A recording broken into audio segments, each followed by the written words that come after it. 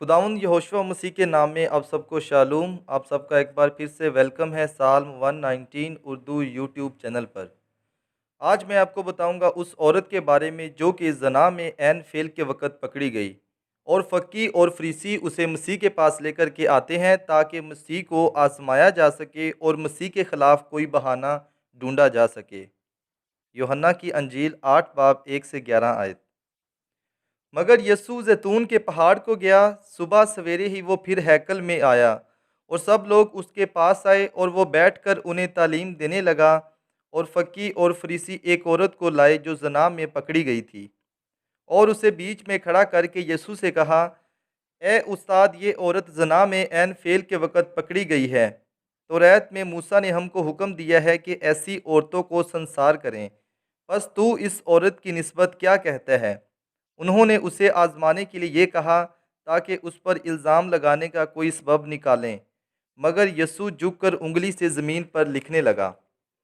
जब वो उससे सवाल करते रहे तो उसने सीधे होकर उनसे कहा कि जो तुम में बेगुनाह हो वही पहले उसके पत्थर मारे। और फिर झुककर ज़मीन पर उंगली से लिखने लगा। वो ये सुनकर बड़ों से लेकर छोटों तक एक एक करके निकल गए, और यस्सू अकेला रह गया और औरत वहीं बीच में रह गई।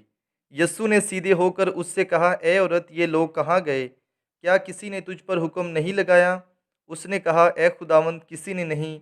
यस्सू ने कहा, मैं भी तुझ पर हुक्म नहीं लगाता, जा फिर गुनाह ना करना। हम सब बाइबल की इस स्टोरी को बचपन से सुनते आ रहे हैं, और हमें यही बताया जाता रहा है कि मसीह ने उस औरत को माफ़ कर दिया, और इस तरह अब शरीयत की बाकी बातें भी हम पर लागू नहीं होती।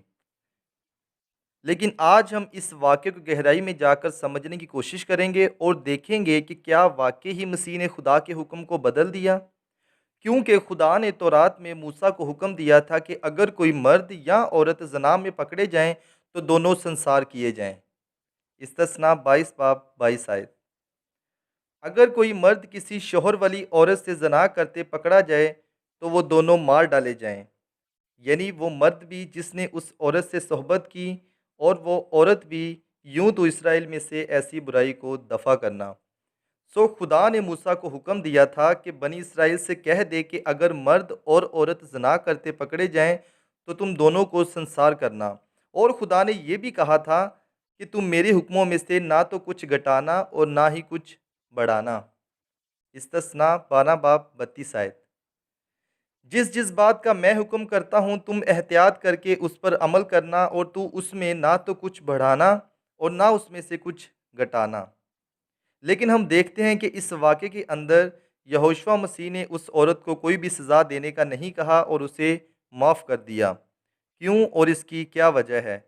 क्या मसीह ने अपनी मर्ज़ी से ये हुक्म जारी किया? मैं आपको बताना चाहता हूँ कि ऐसा बिल्कुल भी मुमकिन नहीं है कि मसीह खुदा की मर्ज़ी के बगैर कुछ भी बोलते या करते। क्योंकि मसीह के ही अल्फाज हैं कि मैं इसलिए उतरा हूँ ताकि अपने भेजने वाले की मर्ज़ी को पूरा करूँ। यूहन्ना 6 बाब 38 आयत। क्योंकि मैं आसमान से इसलिए नहीं उतरा हूँ कि अपनी मर्ज़ी के मुआफ़िक अमल करूँ, बल्कि इसलिए कि अपने भेजने वाले की मर्ज़ी के मुआफ़िक अमल करूँ। और फिर मसीह कहते हैं कि मैं अपनी तरफ से कुछ नहीं कहता है, बल्कि बाप जिस तरह मुझे हुक्म देता है उसी तरह कहता हूँ। यूहन्ना 12 बाब 49 आयत। क्योंकि मैंने कुछ अपनी तरफ से नहीं कहा, बल्कि बाप जिसने मुझे भेजा है उसी ने मुझको हुक्म दिया है कि क्या कहूँ और क्या बोलूँ। और मैं जानता हूँ कि उसके हुक्म हमेशा की ज़िंदगी है। बस जो कुछ मैं कहता हूँ जिस तरह बाप ने मुझसे फरमाया उसी तरह कहता हूँ। सो यहोशू मसीह साफ तौर से बयान करते हैं कि मैं अपनी मर्ज़ी से कुछ नहीं कहता, बल्कि बाप जिस तरह हुक्म करता है उसी तरह कहता और करता हूँ। अब आपके ज़हन में ये सवाल उठ रहा होगा कि क्या खुदा के हुक्म बदल गए? मैं आपको बताना चाहता हूँ कि ऐसा कभी भी पॉसिबल नहीं है, क्योंकि पतरस रसूल अपने ख़त में लिखते हैं कि लेकिन खुदावंद का कलाम अब तक कायम रहेगा। ये वही खुशखबरी का कलाम है जो तुम्हें सुनाया गया था। पहला पतरस पहला बाब 25 आयत। सो पतरस रसूल बयान करते हैं कि खुदा का कलाम अब तक कायम है और रहेगा, और वो कभी भी बदल नहीं सकता। بھائیوں، میں آپ کو بتانا چاہتا ہوں کہ نہ تو کبھی خدا کا کلام بدل سکتا ہے اور نہ ہی مسیح کبھی بھی خدا کے کلام کا ایک لفظ بھی بڑھا یا گھٹا سکتے ہیں۔ ان سب سوالوں کے جواب ہمیں مل جائیں گے جب ہم اس سارے واقعے کو غور سے دیکھیں گے۔ اور آج ہم دیکھیں گے کہ فقی اور فریسی جس عورت کو لے کر کے آتے ہیں مسیح کے پاس، آیا کہ وہ زنا میں پکڑی بھی گئی تھی یا کہ نہیں۔ اور آج ہم غور کریں گے کہ جو ہمارے پاسٹر صاحبان بچپن سے ہمیں اس سٹوری کے بارے میں بتاتے آ رہے ہیں، کیا واقعی ہی وہ عورت زنا میں پکڑی گئی تھی یا کہ یہ فقی اور فریسیوں کی ایک چال تھی مسیح کو پھنسانے کی۔ اور ہم اس ساری سٹوری میں سے ان حقائق پر غور کریں گے جس سے یہ ثابت ہو جاتا ہے کہ اس عورت نے زنا کیا ہی نہیں تھا اور وہ سب ایک منصوبہ تھا فقی اور فریسیوں کا مسیح کے خلاف۔ تو چلتے ہیں ہم ان حقائق کی طرف۔ پہلی تو بات یہ ہے کہ اگر وہ عورت زنا میں پکڑی گئی تھی تو اس عورت کے ساتھ زنا کرنے والے مرد کو کیوں نہیں لے کر آئے؟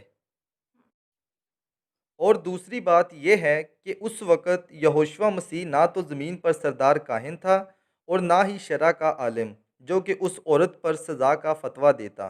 اس وقت میں یہوشوا مسیح ان لوگوں کے بیچ عام انسانوں کی مانند۔ اور تیسری بات یہ کہ فقی اور فریسی یہوشوا مسیح سے یہ کہہ رہے تھے کہ موسیٰ نے ہمیں حکم دیا ہے کہ ایسی عورتوں کو سنسار کریں، جبکہ توریت یہ بیان کرتی ہے کہ صرف عورت کو نہیں بلکہ عورت اور مرد دونوں کو سنسار کیا جائے، جیسا کہ ہم پہلے سیکھ چکے ہیں۔ کچھ لوگ یہ سوچ رہے ہوں گے کہ شاید مرد اس وقت بھاگ گیا ہو، لیکن میں بتانا چاہتا ہوں کہ یہاں پر عین فعل کے وقت پکڑے جانے کی بات ہوئی ہے، اس لیے اگر یہ واقعہ سچا ہوتا تو مرد بھی ساتھ لازمی پکڑا جاتا، اور فرض کیا اگر وہ مرد بھاگ بھی جاتا تو اس عورت کو سنسار کرنے کا کوئی جواز نہ ہوتا، کیونکہ خدا نے دونوں کو اکٹھا سنسار کرنے کا حکم دیا تھا، اس لیے وہ لوگ اس عورت کو بھی سنسار نہیں کر سکتے تھے۔ وہ لوگ صرف مسیح کو خدا کے کلام سے آزمانا چاہتے تھے تاکہ مسیح خدا کے حکم سے تھوڑا سا بھی گھٹاتا یا بڑھاتا تو اس پر الزام لگا کر اسے پھنسایا جا سکتا۔ جیسا کہ خدا نے بنی اسرائیل کو حکم دیا تھا کہ اگر کوئی نبی یا خواب دیکھنے والا ان باتوں کو جن کا میں نے حکم دیا ہے کسی کو کرنے سے روکے تو وہ نبی یا خواب دیکھنے والا قتل کیا جائے۔ استثنا 13 باب 4 سے 5 آیت۔ لیکن وہ لوگ اس بات سے ناواقف تھے کہ مسیح تو خود خدا کا کلام ہے، مکاشفہ 19 باب 13 آیت۔ تو وہ پھر کس طرح ایک نقطہ یا ایک شوشہ سے بھی ہٹنے کی غلطی کر سکتا؟ یہ بالکل ناممکن سی بات ہے۔ اور چوتھی جو سب سے بڑی اور اہم بات وہ یہ ہے کہ اگر وہ عورت واقعی ہی زنا میں پکڑی گئی ہوتی اور یہ واقعہ سچ ہوتا تو فقی اور فریسی اس عورت کو کبھی بھی مسیح کے پاس لے کر ہی نہ آتے، بلکہ اس عورت کو صدر عدالت میں سردار کاہن کے آگے پیش کیا جاتا، اعمال 6 باب 12 آیت، یا پھر بزرگوں کے پاس اس عورت کو لایا جاتا جیسا کہ خدا نے موسیٰ کو حکم دیا تھا، استثنا 22 باب 15 آیت۔ یہ سب کچھ ایک منصوبہ تھا فقی اور فریسی بزرگوں کا تاکہ مسیح پر کوئی الزام لگایا جا سکے۔ وہ عورت بھی ایک منصوبے کے تحت لائی گئی تھی تاکہ مسیح جیسے ہی خدا کے حکم سے ادھر یا ادھر جاتا تو مسیح پر الزام لگایا جا سکتا، جیسا کہ آیت 6 کے اندر لکھا ہوا ہے، اور انہوں نے اسے آزمانے کے لیے یہ کہا تاکہ اس پر الزام لگانے کا کوئی سبب نکالیں، یوحنا 8 باب 6 آیت۔ سو وہ عورت اور جو اس پر الزام لگایا گیا تھا وہ سب فیک تھا، صرف مسیح کو پھنسانے کے لیے۔ اس لیے یہوشوا مسیح اس عورت سے کہتے ہیں کہ جا پھر گناہ نہ کرنا، یعنی کہ دوبارہ کسی بے گناہ کو پھنسانے کے لیے رضامند نہ ہونا۔ اس لیے مسیح اس پر کوئی حکم نہیں لگاتے اور اسے معاف کر دیتے ہیں۔ میں امید کرتا ہوں آپ کو اس ویڈیو سے کچھ نیا سیکھنے کو ملا ہوگا۔ اگر آپ نے میرا چینل سبسکرائب نہیں کیا تو سبسکرائب کر لیں تاکہ میری ہر نئی آنے والی ویڈیو کا نوٹیفیکیشن آپ کو مل سکے۔ خداوند ابراہیم، اسحاق اور یعقوب کا خدا آپ سب کو برکت دے۔ شالوم۔